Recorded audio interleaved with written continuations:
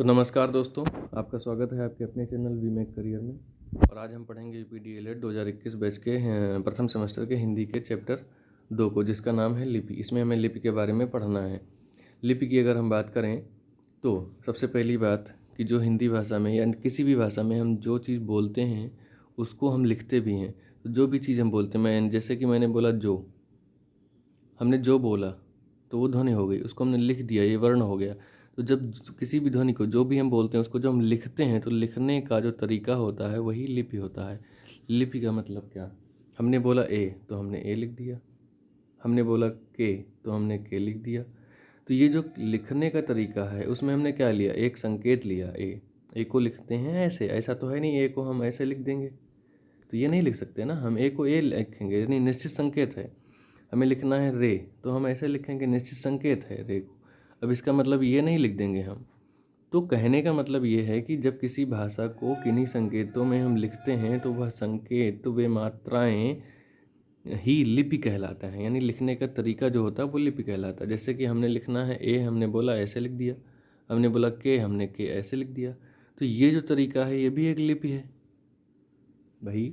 इसको हमने लिख दिया, इन संकेतों को हमने, इन ध्वनियों को हमने किन्हीं संकेतों से लिख दिया, तो ये भी ध्वनि है, सॉरी ये भी लिपि है। लेकिन ये अंग्रेजी की लिपि है जिसे रोमन लिपि कहते हैं। क्या कहते हैं? रोमन लिपि कहते हैं। हिंदी की लिपि को हम देवनागरी लिपि कहते हैं। तो हमें देवनागरी लिपि के बारे में पढ़ना है। आपके पेपर में एक सवाल आता है कि लिपि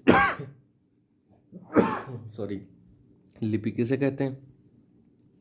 तो मौखिक भाषा को लिखित रूप में व्यक्त करने के लिए चिन्हों का प्रयोग किया जाता है, इसे ही लिपि कहते हैं। ये आपको परिभाषा याद रखनी है।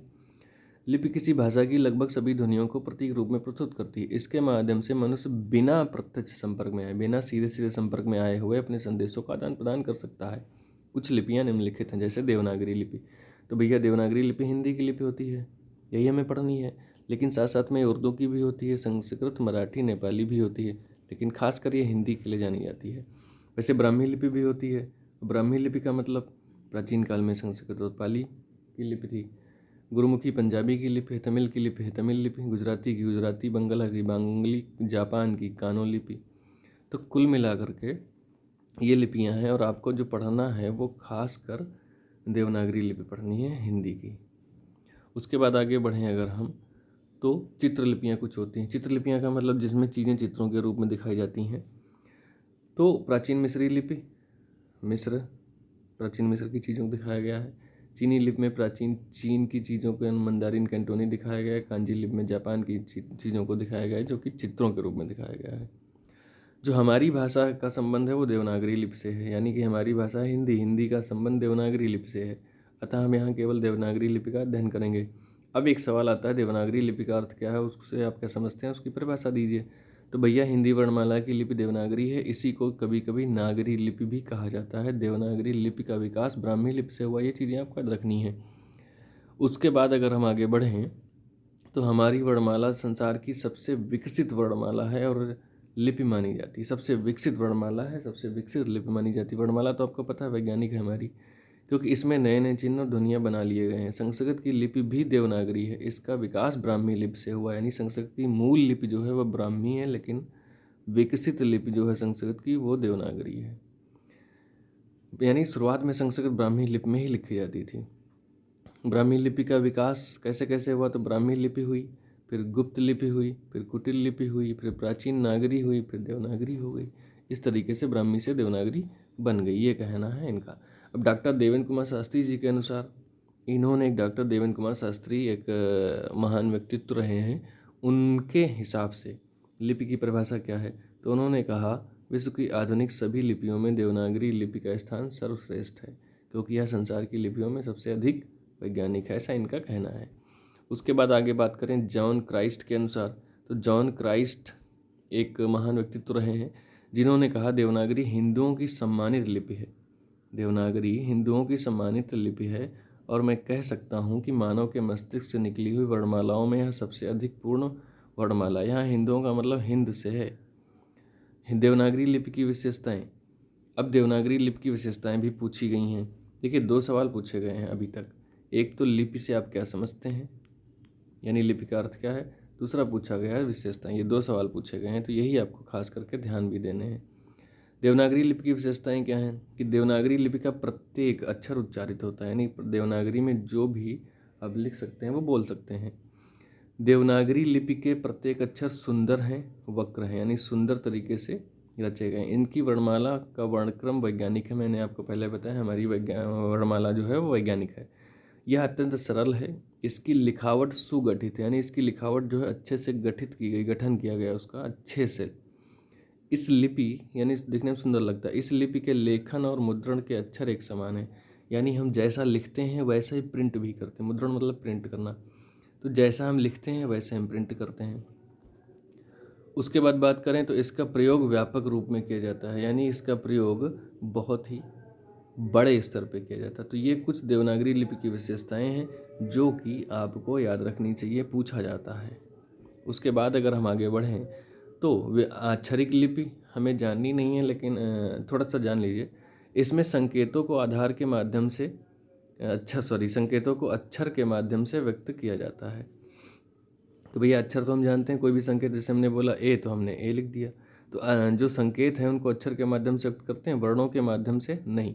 इसमें व्यंजनों के लिए 2 ध्वनियाँ प्रयुक्त होती हैं, जैसे का में का और आ 2 ध्वनियाँ हैं। तो ये 2 ध्वनियाँ हैं, आप जानते ही हैं कि जब कोई व्यंजन होता है उसमें स्वर समाहित होता है। अगर हम उसमें से स्वर को अलग कर दें, जैसे का में आ समाहित है तो अगर अलग कर देंगे तो नीचे हलंत आ जाएगा। तो ये ऐसे बनता है का, ये तो आपको पता ही है, पहले पढ़ चुके हैं। उसके बाद मात्रा युक्त वर्ण की बात करें तो हिंदी में व्यंजनों और स्वरों को मिलाकर 13 मात्राएं लिखी जाती हैं। सभी स्वरों की मात्राएं क्या क्या हैं? तो आ की पहली बात कोई मात्रा नहीं होती, इसलिए इसे हम सहित स्वर भी बोलते हैं। जो आ होता है इसकी कोई मात्रा दिखती नहीं है, दृश्य रूप में होती है। जैसे कि हमने बोला का, अब का से मात्रा अलग करेंगे, नहीं कर सकते, लेकिन हमने कहा का इससे अलग करो तो आप अलग कर देंगे कि का में आ की मात्रा है। तो ये हमारा सही स्वर होता है, इसकी मात्रा दिखती नहीं है, लेकिन आ की मात्रा ये होती है, ई की ये होती है, बड़ी की ये होती है, ऊ की ये होती है, ऊ की ये होती है, री की ये होती है, ए ओ और अंग की मात्रा ये होती है और आ की मात्रा ये होती है। तो ये सारी मात्राएं होती हैं, लेकिन छोटा आ जिसे आप कहते हैं उसकी मात्रा नहीं होती, अदृश्य होती है। उसके बाद ये कुछ हैं स्वर मात्रा। भाई ये स्वर हो गए, ये मात्राएं हो गई, ये वर्ण हो गए मात्रा के साथ, ये प्रयोग हो गया, इस स्वरों के मूल रूप में प्रयोग हो गए। जैसे कि छोटा आ की मात्रा ये है, अब होती नहीं है, तो ये सिंपल कटहल, कमल, अनार किसी में भी लिख सकते हैं। आ में ये मात्रा होती है तो उसको दिखाया गया का। ई की मात्रा ये होती है तो यहाँ पर देखो ना में मात्रा लगा दी गई, निवास उससे लिख दिया गया। ठीक, मूल रूप में प्रयोग का मतलब क्या है कि ई यहाँ है तो इत्र यहाँ है, ई यहाँ है तो ईद यहाँ है, ऊ यहाँ है तो उदास है। तो मूल रूप में मात्रा का प्रयोग हो गया, लेकिन किसी व्यंजन के साथ मात्रा का प्रयोग यहाँ पर दिखाया गया। आप समझ गए होंगे, जैसे कि छोटा ऊ, इसकी मात्रा कू में लगी है, इससे शब्द बने कुली कुम्हार, लेकिन मूल रूप में उदास, इसमें सीधे सीधे ऊ आ गया। तो इसी तरीके से ये सब दिखाए गए हैं। तो ये मात्राएं आप एक बार देख लीजिएगा। हालांकि ये पूछा नहीं जाएगा, उम्मीद है, क्योंकि लिपि से 2 ही सवाल आते हैं। लिपि से आप क्या समझते हैं, लिपि का अर्थ क्या है, उसकी विशेषताएं क्या हैं, बस इसके अलावा और लिपि से कुछ नहीं पूछा जाता। तो दोस्तों ये हमारा चैप्टर हो जाता है समाप्त। इसके बाद हम अगले वीडियो में देखेंगे चैप्टर 3 हिंदी का। तब तक के लिए नमस्कार, थैंक यू, जय हिंद।